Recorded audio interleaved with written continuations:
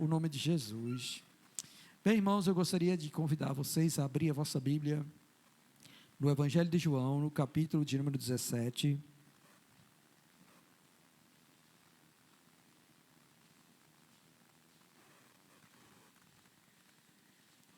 Evangelho de João, capítulo de número 17.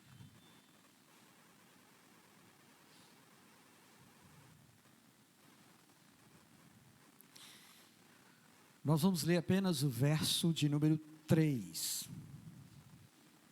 João, capítulo 17, verso de número 3.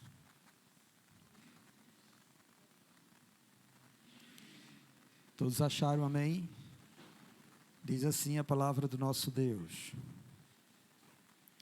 E a vida eterna é esta: que te conheçam a ti, o único Deus verdadeiro, e a Jesus Cristo, a quem enviastes.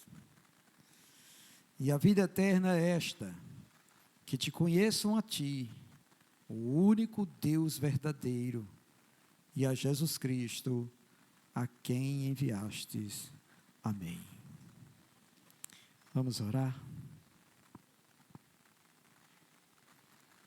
Santíssimo Deus, glorifica teu santo nome nesta hora sobre nossa vida. E abre, Senhor, o nosso entendimento pelo teu Espírito, Senhor, para compreendermos aquilo que deseja, Senhor, falar ao nosso coração na noite deste dia. Senhor, seja feito o teu querer. E opera sobre a tua igreja, sobre todos quantos estão aqui, sobre todos quantos estão nos acompanhando, Senhor, em nossa transmissão, sobre todos, ó Deus, que ainda irão ver esta mensagem, Senhor. Que o Senhor, ó Deus, seja, ó Pai, o edificador de todos nós. E que possamos ser transformados por Ti, por Tua palavra. Concede-me a mim, Senhor, a sabedoria e dá-me, ó Deus, a direção do Teu Espírito para tudo, ó Deus, que desejas falar esta noite com o Teu povo. E ajuda-me, Senhor, nesta tarefa, Senhor, de expor a Sagrada Escritura diante do Teu povo. Povo que Tu escolheste para Ti, o povo de propriedade exclusiva Tua, a qual, ó Deus, o Senhor chamou para proclamar as Tuas virtudes, Senhor.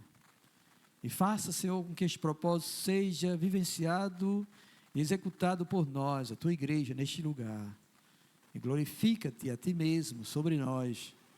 Também te peço que neste momento, Senhor, tire todo impedimento e barreira, seja ela na nossa mente, seja diante dos nossos olhos, à nossa volta. Senhor, em nome de Jesus Cristo, que a nossa mente seja levada cativa a Ti, Senhor, e que o Senhor proponha ao nosso coração estar atento àquilo que desejas falar conosco. Abençoa-nos, ó Pai, em nome do Senhor Jesus Cristo. Amém. Louvado seja Deus, meus irmãos. Bem, nós temos pensado acerca do ser de Deus e temos refletido em alguns atributos desse Deus grandioso que revelam quem Ele é para nós. E o intento disso, tá bom? É evitar, tá bom? Evitar que nós sejamos religiosos, ou que sejamos como o povo de Israel, que ouvia falar de Deus, mas não andavam conforme a vontade de Deus, nem se relacionava com esse Deus, a maneira que Ele desejava que houvesse esta relação. Porque pode acontecer conosco o mesmo que aconteceu com os fariseus, em que eles conheciam os mandamentos, mas eles não experimentavam verdadeiramente a vida com Deus. Pode ser que a gente se acostume em ser crente, a gente acostume a ser cristão, e aí a gente pode vir e estarmos aqui adorando a Deus, louvando ao Senhor com os nossos lábios, e depois ouvirmos uma mensagem dada por Deus, e depois orarmos, irmos para a nossa casa, e depois dormirmos, comermos, e fazermos o que bem entender, e agradecer a Deus pela vida, e pedir a Deus que continue abençoando o nosso dia a dia, fazendo com que tudo vá bem. E achamos que isto por si só é suficiente diante do nosso Deus. Que esta é a vida que Ele escolheu para nós. E aí nós pensarmos que estamos vivendo de acordo com a vontade dEle. Isso pode ser cometido por nós. Nós podemos nos transformar em cristãos mornos, vazios e sem a verdadeira alegria diante do nosso Deus. E não é desejo de Deus que isso seja assim. É tanto que Ele já falou conosco acerca destas coisas também nas cartas do Apocalipse, falando para que a gente pudesse arrepender das nossas obras mortas e que a gente pudesse voltar ao nosso primeiro amor. Naquele tempo em que Deus era precioso aos nossos olhos e que o nosso coração se regozijava nele, de tal maneira que a gente anelava por estar em sua presença, e em todo culto a gente estava lá dentro, e se houvesse vigília, estava nós lá, e se Deus estivesse falando alguma coisa, nós ficávamos atentos, e éramos quebrantados por Ele, e enchíamos de deleite, gozo e prazer na presença do nosso Deus. Algo que precisa ser mantido. É tanto que Paulo exorta também a igreja a não desprezar as profecias, a não apagar ou extinguir o espírito, mas sermos fervorosos diante do Deus único, vivo e verdadeiro. E é imprescindível então que isso aconteça conosco, que sejamos avivados. E a única maneira disso acontecer é quando Deus revela o seu próprio ser a nós. E Ele tem feito isso nestas últimas pregações, e espero que Ele faça isso essa noite também, quando Ele revela algo do seu ser para nós. E já vimos, tá bom, na nossa primeira ministração, sobre Deus ser um Deus de justiça, ou a justiça de Deus. Já vimos também o conhecimento de Deus, que foi ministrado domingo passado. E esta noite eu quero refletir com os irmãos sobre a veracidade de Deus. E a veracidade tem a ver com Deus ser verdadeiramente Deus. Isso implica em que Ele é a própria verdade, sua ética é verdadeira, suas palavras são verdadeiras.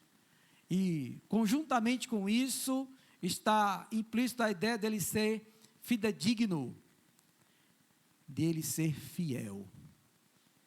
Se Deus nos permitir, vamos pensar sobre Deus ser verdadeiro e também sobre a fidelidade de Deus esta noite.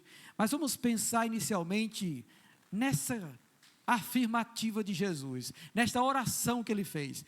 Quando Ele veio e executou todo o seu ministério e que agora estava prestes a ser entregue para ser crucificado, morto, sepultado, depois elevado às alturas, Ele, no capítulo 17 de João, realiza uma oração grandiosa. E esta oração é conhecida como oração sacerdotal de Cristo. Ele já atuando como sumo sacerdote a favor do seu povo, do povo de Deus. E em sua oração, ele apresenta algo grandioso. Ele vai colocar-se diante de Deus, e assim ele começa a orar a Deus para que Deus glorifique o Filho, e que o Filho glorifique a Ele, como Ele conferiu toda a autoridade sobre toda a carne, a fim de conceder a vida eterna a todos que lhe destes.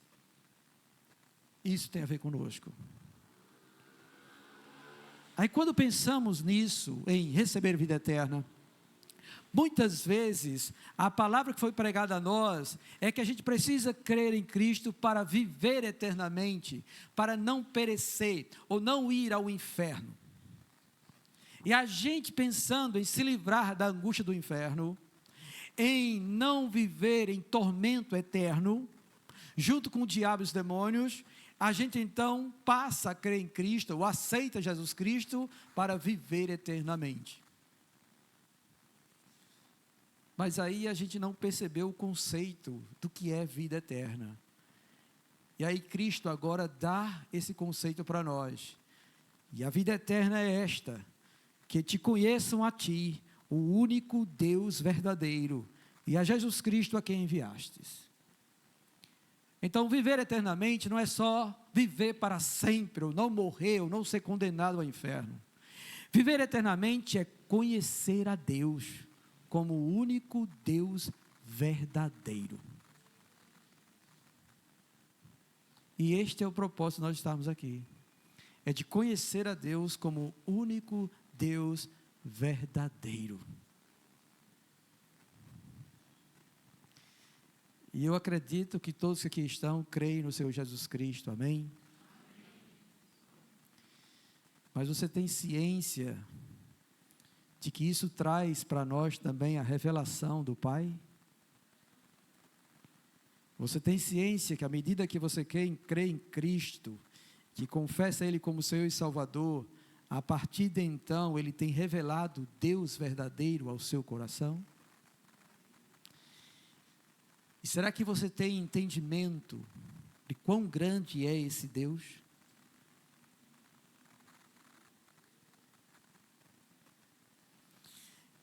Isto é a minha preocupação. Como também era de Deus, em fazer-se conhecido ao seu povo. E aí nós vamos pensar como Deus propôs fazer isso na velha aliança, e depois voltamos para a nova aliança. E aí quando nós olhamos para trás, para as páginas do Velho Testamento, quando ainda o Messias não havia encarnado, que apenas era prometido, Deus então resolve manifestar-se ao seu povo, mostrar quem Ele é, mostrar que Ele é o único e verdadeiro Deus. Aí vocês vão de lembrar, tá bom? Que Ele traça um plano gracioso, escolhendo um homem para que a partir dele ele gere uma descendência numerosa, que era Abraão. E aí então, a partir dessa descendência numerosa, Deus se revelaria como Deus desse povo, e depois então esse povo seria responsável por proclamar ou anunciar esse Deus para demais nações, para que por meio de Abraão fossem benditas ou abençoadas todas as nações da terra. Este era o propósito de Deus com Israel, com os descendentes de Abraão. E o que é que Deus faz então? Deus anuncia a Abraão tudo o que há de acontecer, diz que a descendência dele seria como as estrelas do céu e como os grãos de areia do mar. Diz também que essa descendência, em determinado tempo, ficaria sujeita a uma outra nação, ou seja, seria escravizada por 400 anos. Mas depois, Deus lembraria desta aliança que Ele fez com ele, e então levantaria alguém, ou Ele mesmo libertaria esse povo da escravidão, e ia conceder a este povo a terra de Canaã, que Ele prometeu a dar a Abraão, Isaque e Jacó. Aí, no livro de Êxodo, no capítulo de número 3, aparece Deus a Moisés, numa sarça ardente. O texto bíblico diz que Moisés tinha fugido por ter matado um egípcio e foi para o deserto, para a terra do Neguebe, e diante disso, ao pastorear as ovelhas do seu sogro, ele vê um arbusto pegando fogo. Mas, no entanto, ele percebia que aquele pé de planta não se consumia. E ele achou isso estranho demais. E aí, então, ele resolve, com curiosidade em seu coração, se aproximar daquele arbusto. E quando ele se aproxima e percebe que o fogo está ali, mas aquela planta não é consumida, ele fica espantado com aquilo. E de repente uma voz brada: Moisés! E ele fica atemorizado. E o Senhor continua: tire as sandálias dos pés, porque a terra em que tu estás é santa. E daí então Moisés atenta e Deus fala para ele quem ele é. Eu sou o Deus de teus pais. E eu vi a aflição do meu povo e eu quero libertá-lo e eu vou usar você para isso. Nesse diálogo, então, Deus começa a revelar-se a Moisés. Aí a primeira menção que a gente olha disso é que Deus, Ele mesmo, se apresenta em viva voz para um ser humano. E fala com ele face a face. Para que ele entenda que existe um Deus. E que esse Deus é o Deus único e verdadeiro. O Criador dos céus e da terra. E Moisés agora está diante da face desse Deus. Dialogando com ele. Temendo essa missão, ele quer renegar a missão, não quer realmente ser o libertador do povo do Senhor, mas Deus ainda o instiga e dá até sinais para ele, mostrando que esse Deus é poderoso e grande. E aí ele pega uma vara, lança, se transforma em serpente, ele pega de novo, vira vara, depois põe a mão no peito, a mão fica toda cheia de lepra, depois ele põe de novo e a mão fica sarada. E aí Moisés está começando a ter um relacionamento com Deus, está percebendo que esse ser que está falando com ele é alguém que pode produzir milagres poderosos e grandiosos. O único e verdadeiro Deus que deseja revelar-se ao seu povo, quer ser conhecido pelo seu povo. Está procurando apresentar-se para que ele possa crer.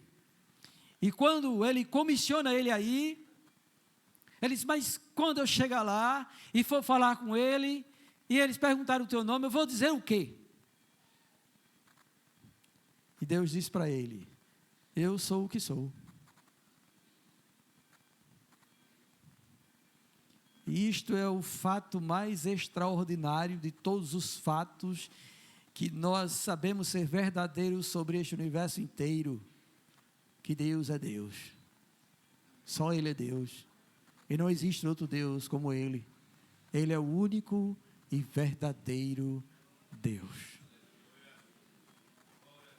Eita glória!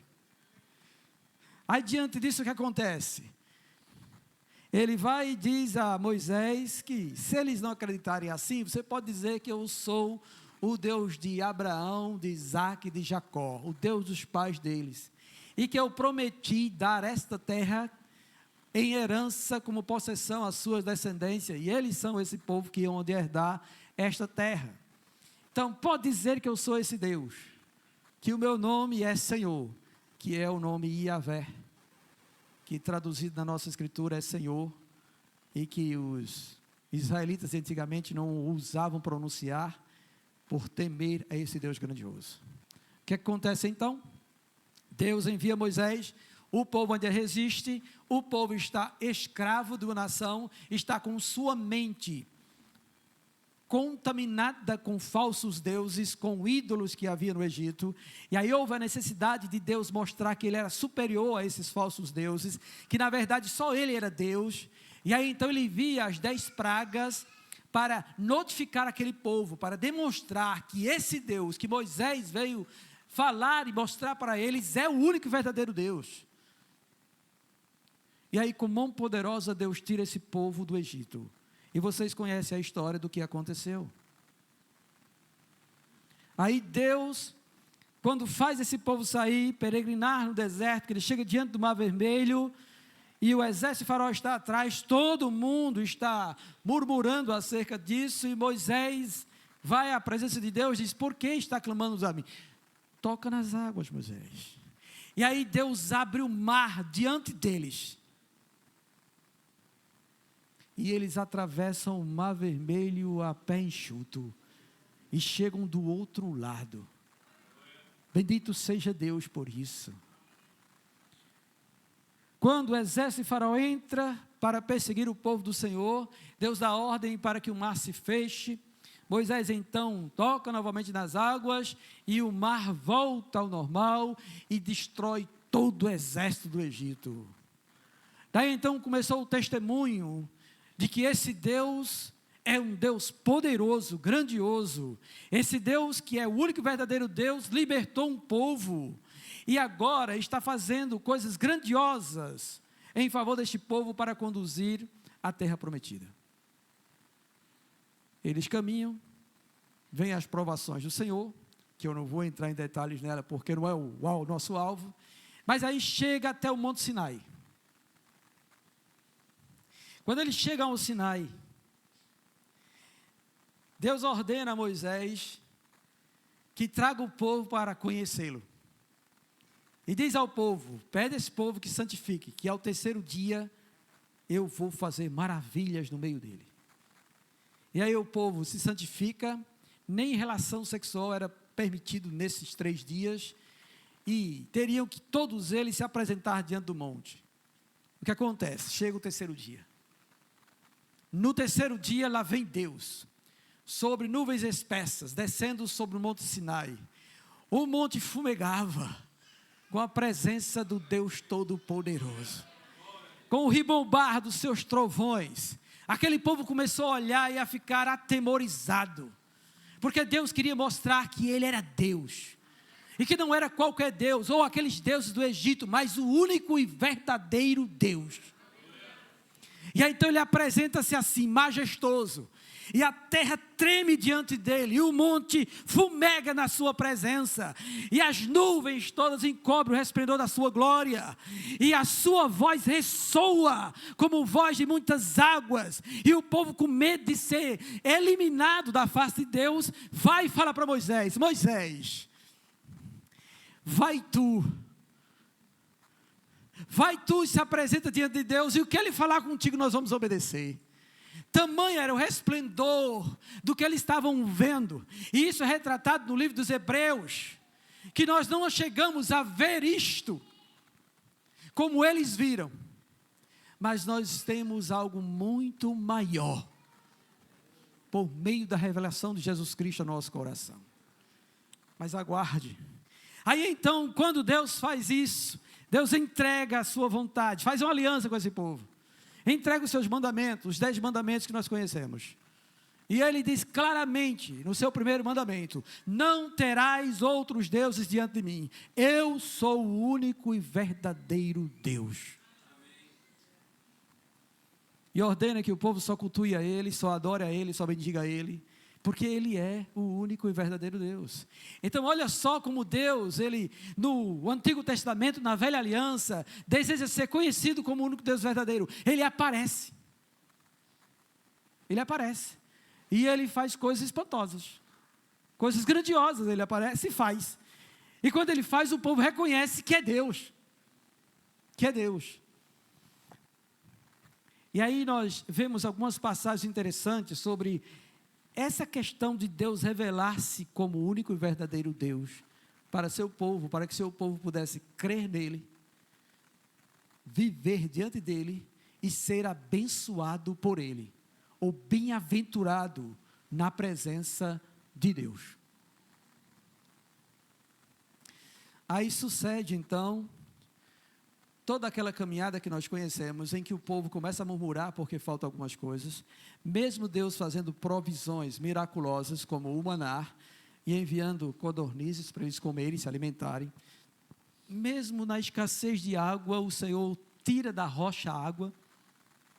Mesmo chegando em uma situação em que havia água amarga, ou salgada, ou salobra aqui, que a gente tem, e aí Deus simplesmente ordena a Moisés: faça isso. Irmãos, a gente vai acreditar que um pedaço de pau vai tornar numa água saudável? Isso tem que ter uma ação divina, tem que ter um milagre de Deus para fazer isso. E realmente Deus fez, para mostrar àquele povo que Ele é o único e verdadeiro Deus. E aí vem a caminhada toda que nós conhecemos, e devido à dureza do coração, e à incredulidade, e o modo pelo qual aquele povo estava afeiçoado aos falsos deuses do Egito, querendo comer das cebolas e das carnes que havia lá, estavam renegando a esse Deus único e verdadeiro, que está se apresentando para eles.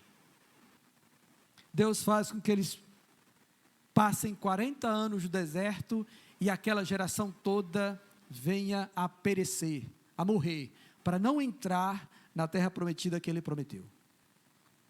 Quando a outra geração surge, Moisés então vai novamente discursar diante deles. E eu quero remeter você agora a Deuteronômio, capítulo de número 4.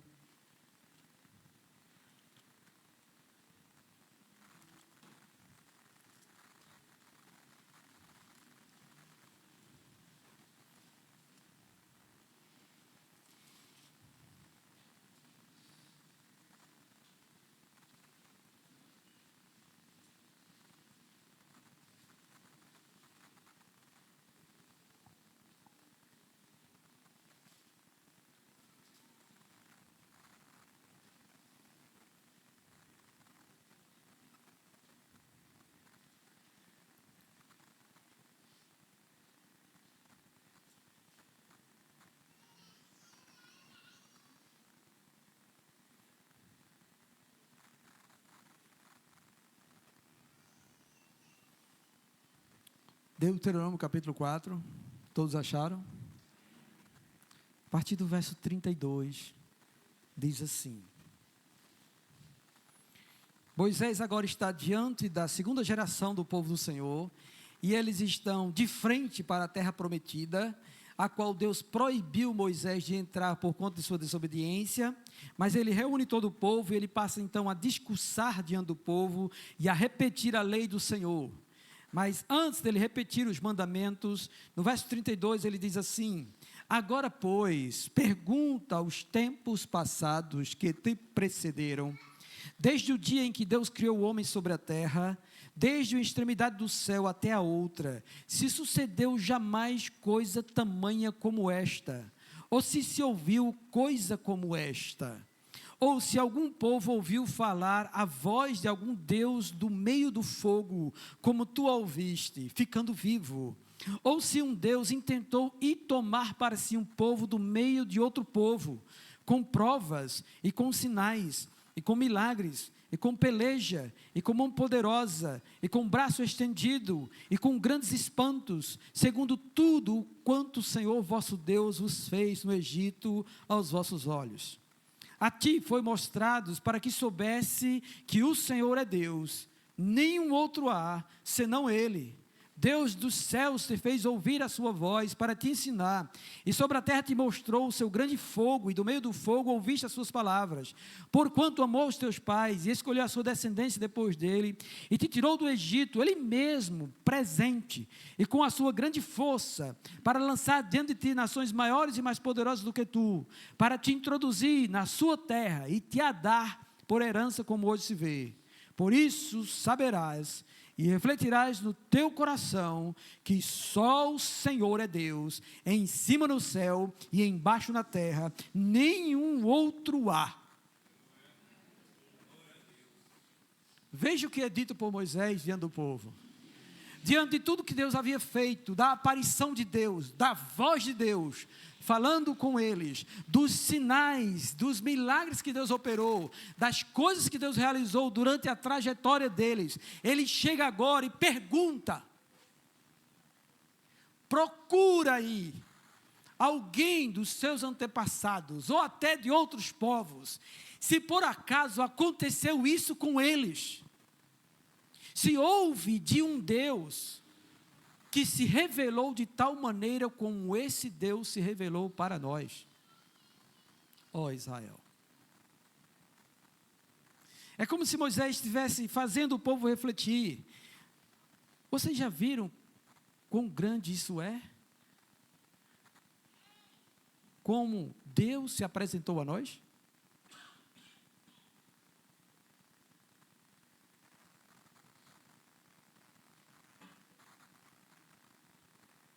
Sonda, olha para trás, pergunta a alguém do antepassado, e ele diz mais: desde o dia em que Deus criou o homem sobre a terra, até este momento, se havia Deus aparecido assim como apareceu para nós. Um Deus que você ouviu a voz dele no meio do fogo. Um Deus que tomou um povo de dentro do outro povo, com provas, que foram as 10 pragas, e sinais. Atenta para isso, e com peleja e mão poderosa, com braço estendido e com grandes espantos, segundo tudo quanto esse Deus fez, tirando vocês do Egito, diante dos olhos de vocês, e a ti foi mostrado para que você saiba, que só o Senhor é Deus, nenhum outro há, senão Ele.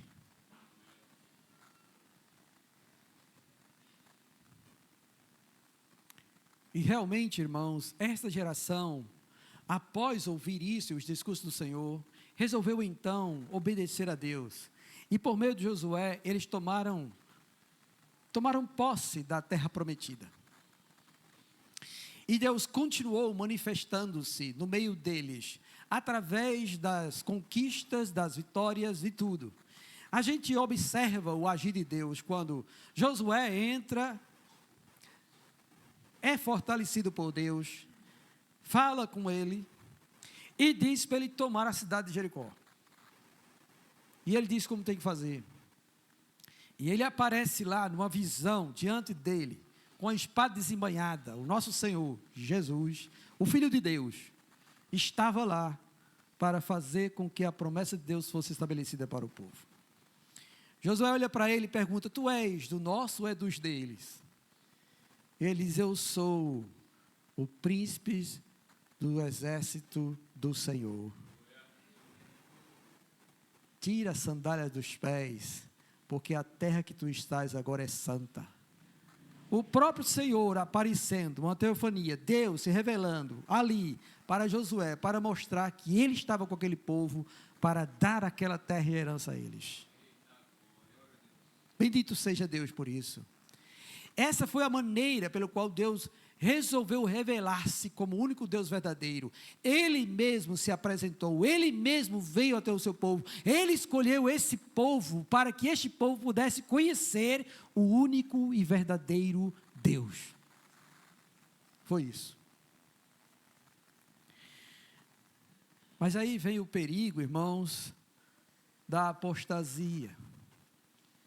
Vem o perigo de nós negligenciarmos, ou do povo negligenciar, caminhar com Deus e adorar a Deus, e desejar realmente viver para Deus.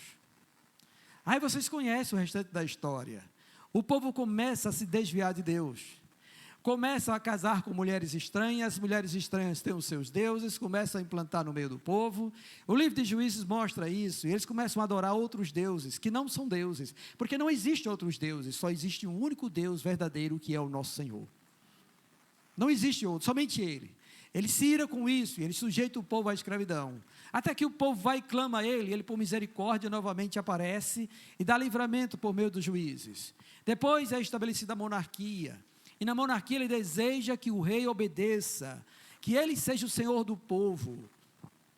E aí Saul desobedece, aí Deus entrega o reino nas mãos dos filisteus. Aí levanta Davi como rei segundo o seu coração, um homem segundo o coração de Deus. E Davi passa então a ter uma comunhão com Deus, e Deus estabelece o seu reino e une todas as tribos novamente. E depois que eles estão fortalecidos, edificados, o reino é passado a Salomão.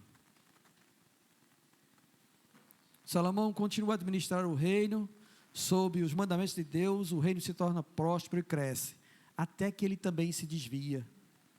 E quando se desvia, Deus se ira e resolve dividir o reino. 10 tribos compõem o reino do norte, e 2 tribos o reino do sul, o reino de Judá. Nestas coisas todas, a gente vê o povo se desviando. E aí aquele povo que ouviu estas coisas e viu essa história, e sabe que Deus faz estas coisas, ainda era lembrado de vez em quando, pela leitura que era feita da palavra do Senhor lá no tabernáculo, e nos cultos que eram oferecidos, nas festas que foram propostas para adorar esse Deus.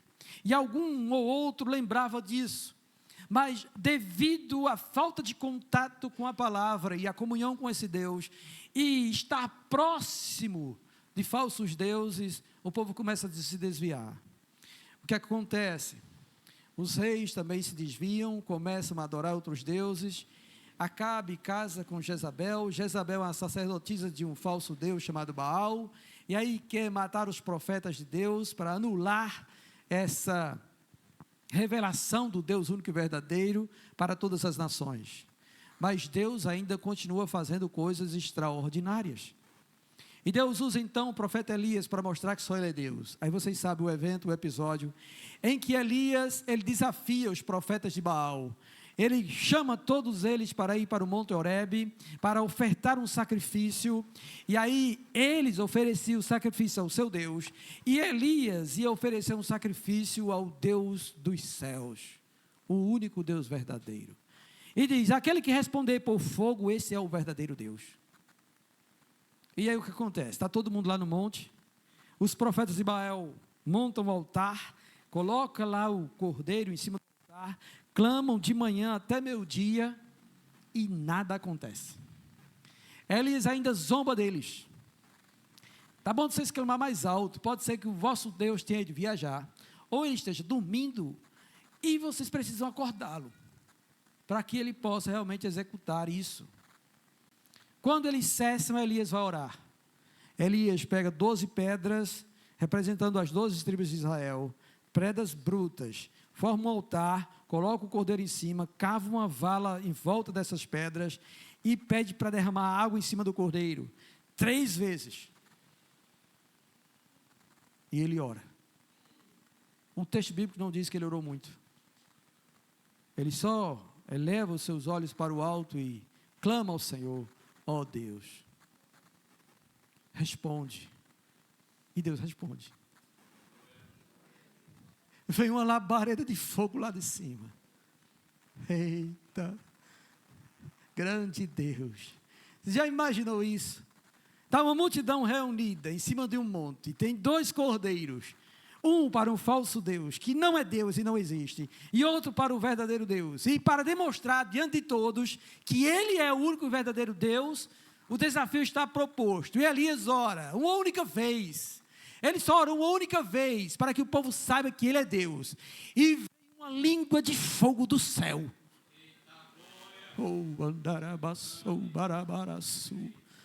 vem do céu. Você já imaginou isso?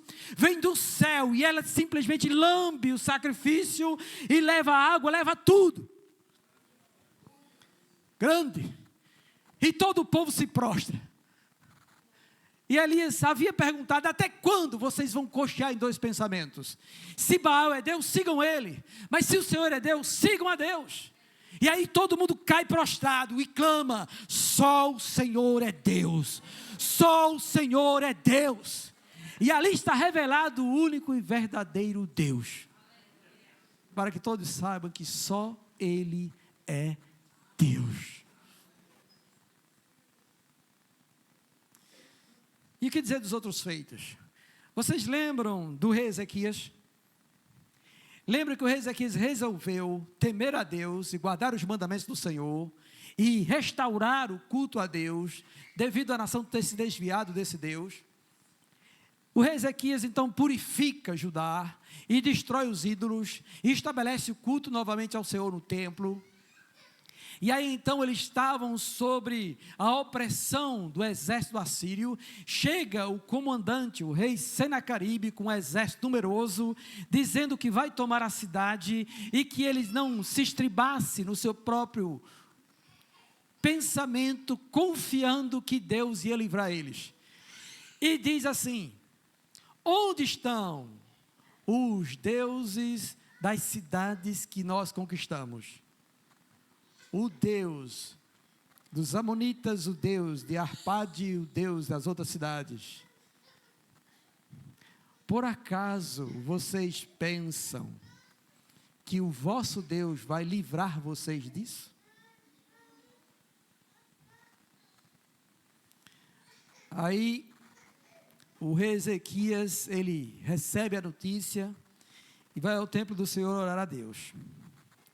Devido a uma pequena revolta que aconteceu em uma das cidades contra o domínio assírio, o exército foi lá apagar a revolta para depois voltar. E quando ele volta, agora ele volta com uma carta. E a carta menospreza Deus.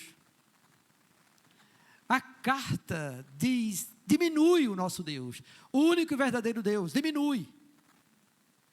O rei Ezequias pega a carta, lê a carta e diz: entra no santuário de Deus, vestido de saco, com cinza na cabeça, prostra-se diante de Deus, diz ali: Senhor, olha o que ele está dizendo, ele está zombando do Senhor, e o Senhor sabe que em nós não há força nem poder para nos livrar desses exércitos. Deus levanta o profeta Isaías, manda ele lá, até o rei Ezequias, e diz: eu ouvi a tua oração.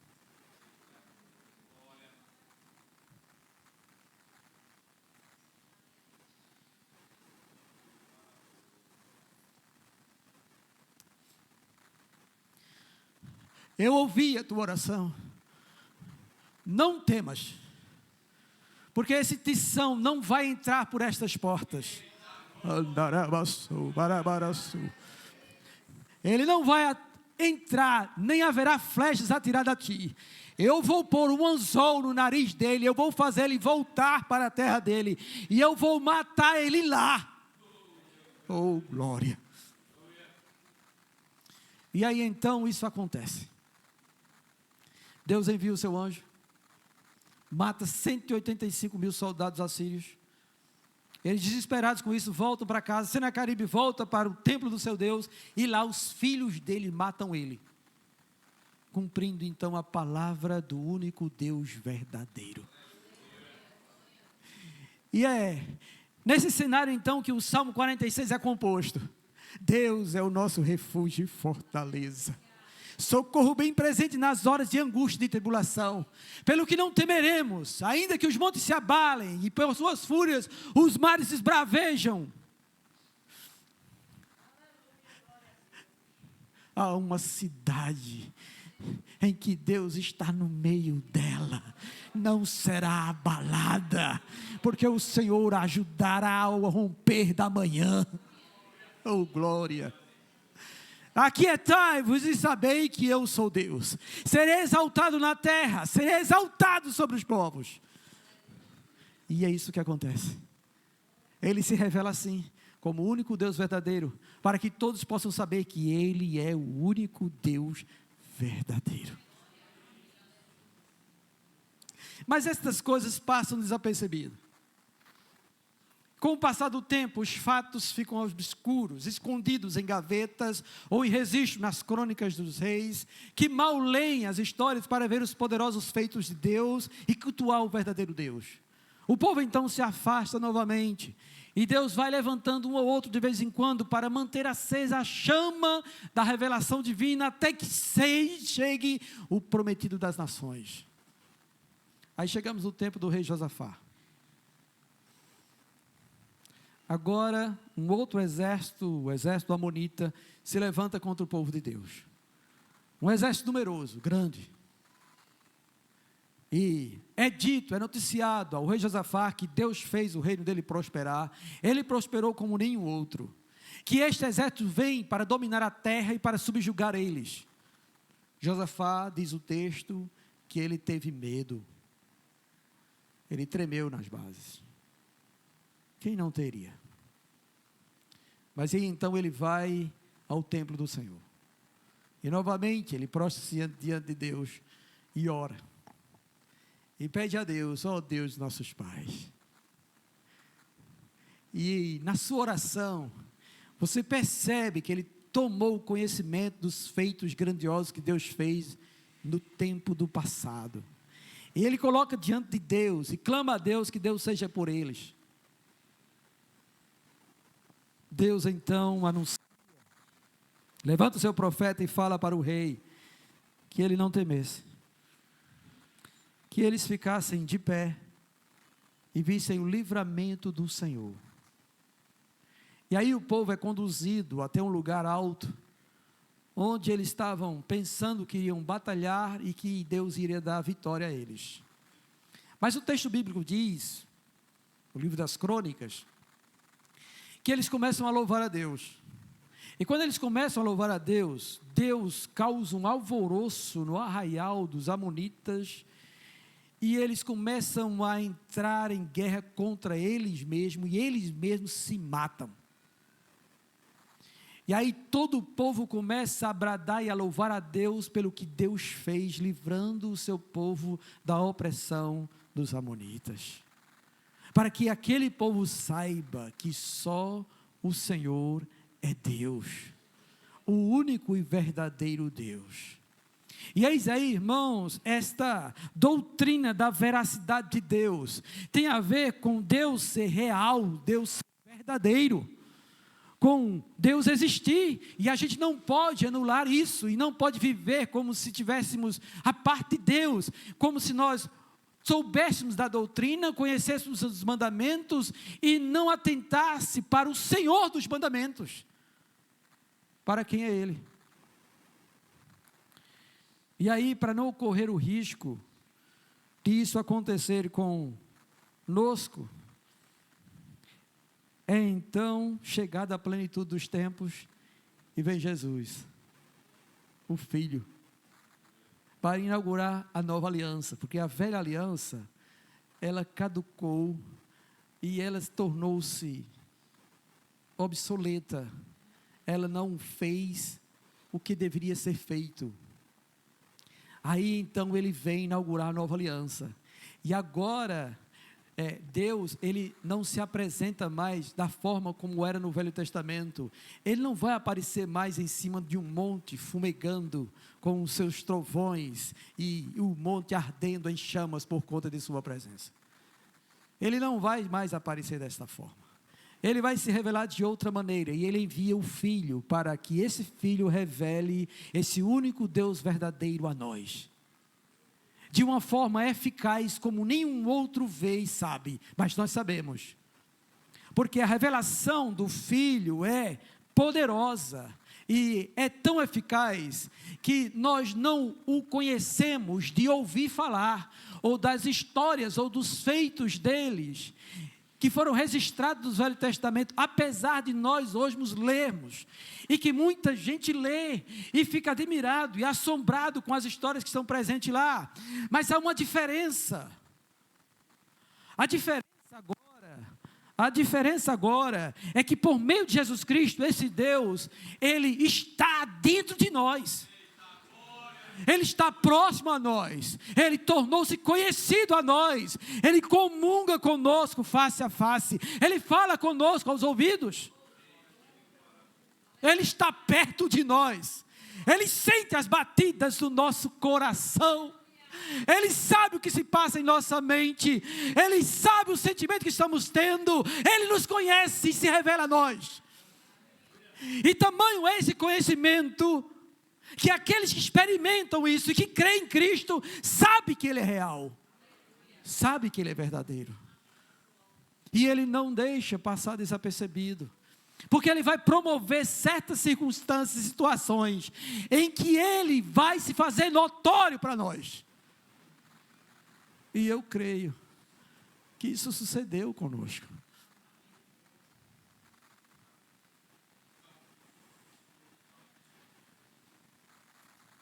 porque antes eu não o conhecia, mas agora eu sei em quem tenho crido, eu contemplo a sua sublimidade, e o desejo dele é que nós mantenhamos esta fé viva, e olhemos para esse Deus único e verdadeiro, como um Deus grande que Ele é, a verdade absoluta, Deus, o Senhor do universo, o grande, o imensurável, o eterno, o todo-poderoso, o onipresente, que hoje está aqui,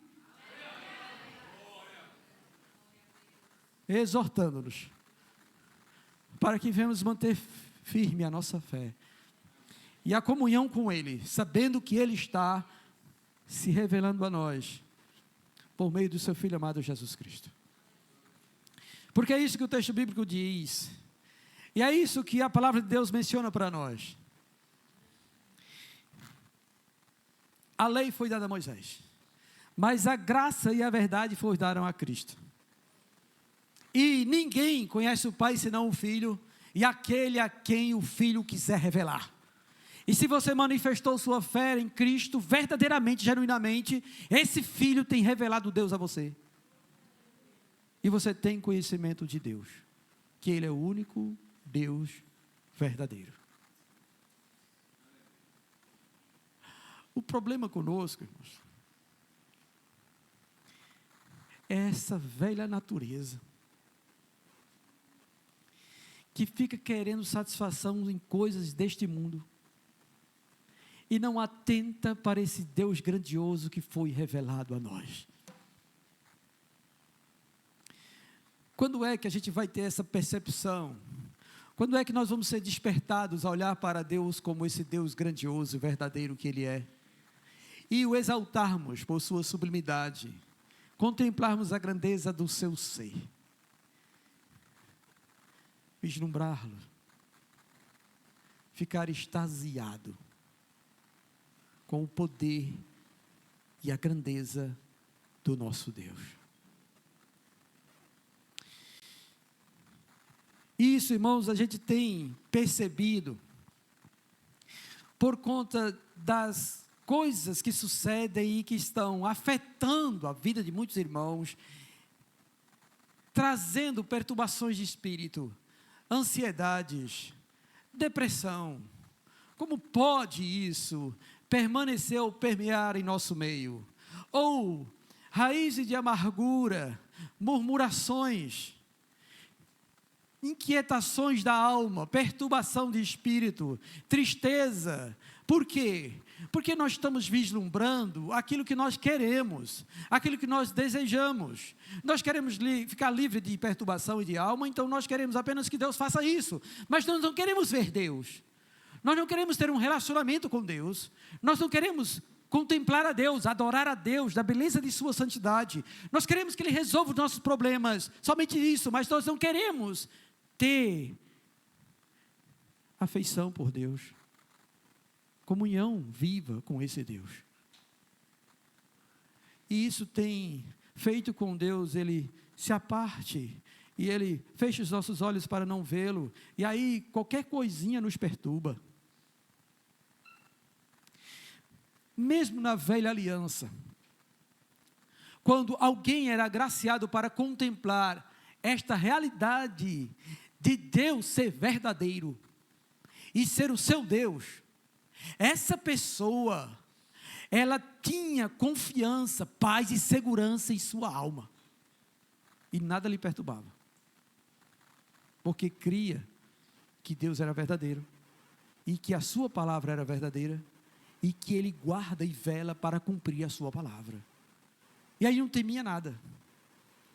Quando é que nós podemos dizer como Davi, no Salmo de número 27,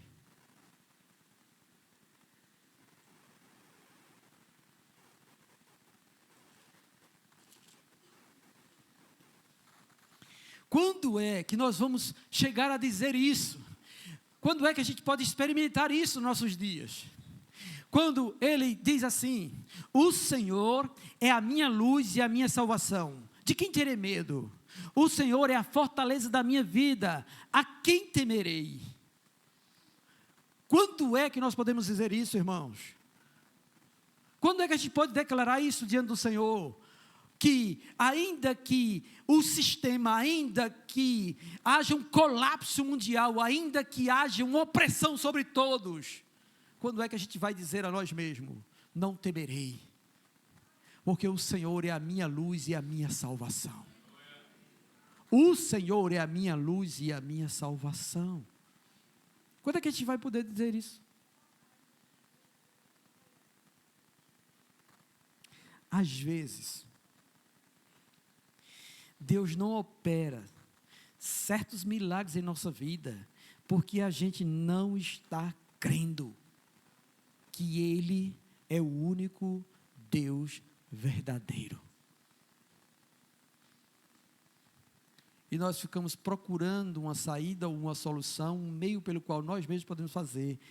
E isso é maligno em nós. É a religião das obras querendo atuar em nós, e não a fé. É a gente querendo fazer um procedimento, uma oblação, ou um ritual, ou uma campanha, para que a campanha seja eficaz, quando Ele deseja que você creia nele somente. Quando Ele deseja que você olhe para Ele como o único Deus verdadeiro, e chegue diante dEle com o coração quebrantado, e ore a Ele, pedindo auxílio, sendo humilde, se humilhando, reconhecendo a sua pequenez, sua estrutura frágil e pequena, e você olha e diz: tu és o meu Deus, em ti eu encontro prazer, e em ti eu espero. Quando é que a gente pode dizer nas situações difíceis: ó, por que te perturbas, minha alma, dentro de mim? Espera em Deus, Ele é a tua salvação. Quando é que vamos dizer como o salmista, no Salmo 62, 82, um desses salmos, onde ele diz assim: que a minha alma tem sede de ti, do Deus vivo. A minha alma anela pelo Deus Todo-Poderoso, mais do que os guardas anelam pelo romper da manhã, mais do que terra sedenta, árida, sem água, mais do que a corça que anela pelas águas, eu anseio por ti, meu Deus. Revela-te a mim. Mostra a mim que tu és o único verdadeiro Deus. E aí então tudo muda. Nossa vida muda. E eu sou testemunho disso. Pelas aflições que passei, pela oração que clamei, pelo que Deus ouviu e Deus respondeu, eu sei que Ele é o único e verdadeiro Deus, e não há outro. Pela falta do dinheiro, pela falta de combustível, pela carne, pela falta de mantimento, pelo clamor que eu fiz às 3, pela resposta às 5 da tarde, pelo milagre que chegou à minha casa, pelo bater da porta que Deus enviou, e disse, isso aqui foi Deus que mandou, e eu disse, eu creio, Ele é o único e verdadeiro Deus. Pelas vezes que estive enfermo e não tive condição de ir a médico, hospital, coisa alguma, e que eu clamei e Ele me curou, eu sei que Ele é Deus. Eu sei que Ele é o único e verdadeiro Deus. E você? Como é que você tem vivido isso?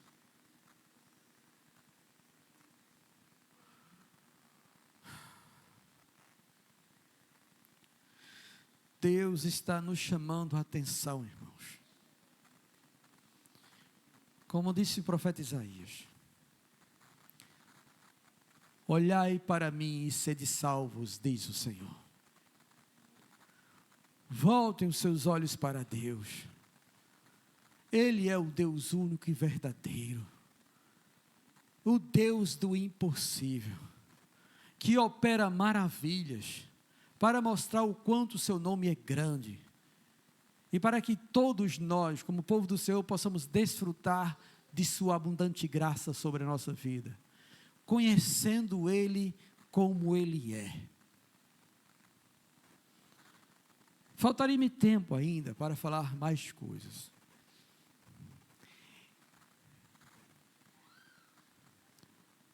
Falar acerca da sua fidelidade como o único Deus verdadeiro.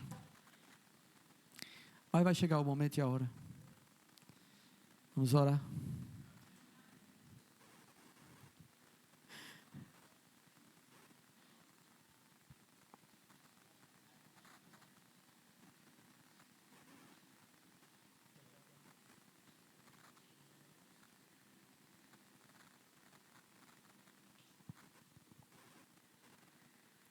Meu Senhor, como ministro teu, Senhor, neste lugar, eu rogo a Ti por Tua misericórdia sobre a vida, Senhor, de todos nós.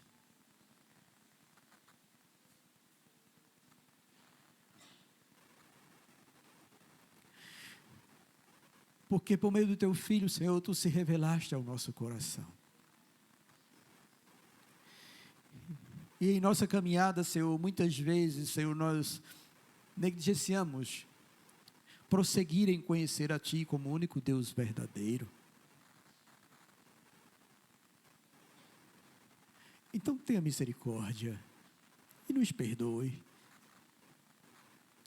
Temos colocado outras prioridades, temos sido negligentes e relapso em conhecer a Ti. Temos, Senhor, ofuscado a Tua glória sobre o Teu povo. Senhor, mude isto. Pelo Teu Espírito, Senhor, visita os corações dos meus irmãos, a todos nós que estamos aqui, a tantos quanto ouviram, Senhor, a Tua palavra esta noite. Senhor, oh meu Deus, seja glorificado nesta casa. Seja glorificado na vida de meus irmãos. Seja o Senhor, ó Deus, conhecido por eles. E que eles, ó Deus, se regozijem, alegrem-se em ter, ó Deus, esta revelação da divindade, do ser supremo, do Deus todo-poderoso, do Criador dos céus e da terra, daquele que é infinitamente grande. Meu Senhor, opera sobre este povo, Senhor, e inclina eles, ó Deus, a mergulharem, Senhor, em Tua palavra, a se deleitarem, Senhor, na oração, na comunhão contigo, em querer, ó Deus, conhecer-te mais e ser inundado pela revelação do Teu ser aos seus corações. Pai, dai sede por Ti a cada um deles, Senhor, dai sede, ó Deus, para estarem na Tua presença e terem comunhão contigo, meu Senhor. Pai, em nome de Jesus eu te peço, não deixe que outras coisas, Senhor, venham ser o motivo do nosso deleite e da nossa alegria, mas que seja o Senhor, somente o Senhor, nada mais além do que o Senhor. Tu és suficiente, ó Deus da nossa salvação. E opera, Senhor, opera, Deus, para que haja essa mudança de vida em nós, a começar em mim, Senhor. Faz isto. Eu oro a Ti em nome do Senhor Jesus Cristo. Amém.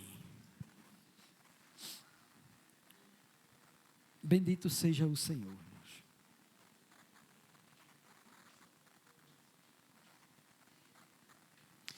Bem, eu gostaria de dar os avisos.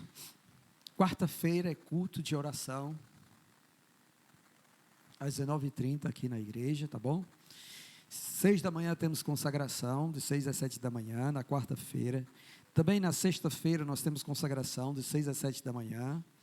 Aí, no domingo, nós temos escola bíblica, às 9 horas. E à noite é o nosso culto de ceia. Como é o primeiro domingo do mês, culto de ceia, tá bom? Na sexta-feira, dia 1º, haverá a formatura do Setebrai, lá na Ação Evangélica do Catolé. E alguns dos nossos amados irmãos estarão participando dessa formatura. Presbítero Alessandro, presbítero Neto, irmão Flávio, Mateus e Hortência, lá de Solidade, também. Só, né? Só esses 4. 5. Só isso. Pronto, então há um convite geral, tá bom? Para nós estarmos lá na sexta-feira à noite, contemplando essa formatura. Eu vou estar lá, fui convidado também para ser o paraninfo da turma, porque um bom tempo eu dei aula no Setebrai, na turma em que esses irmãos estavam estudando, tá bom? E aí eles resolveram me convidar para ser o paraninfo da turma nessa formatura. Será dia 1º, na sexta-feira, às 7h30 da noite, lá na Igreja Ação Evangélica do Catolé, tá bom? Glória a Deus. E no sábado, dia 2, é o jantar dos casais, que já foi programado, já se encerrou as inscrições. Eu só quero comunicar que não haverá salinha para crianças, tá bom? É só o jantar para os casais, vai ter um momento aqui surpresa para quem vai estar aqui, tá bom? Então, os casais estejam preparados por isso. Mas nós não teremos salinha para as crianças no sábado, no dia 2, no jantar dos casais, para a glória de Deus. Bem, quanto aos nossos visitantes, eu tenho só o nome de Renália aqui. Levante sua mão, Renália, onde você está. Amém, eu vi. Você chegou logo cedo, sentou aí e ficou aí mesmo. Glória a Deus, tá bom? Seja bem-vinda em nome do Senhor Jesus.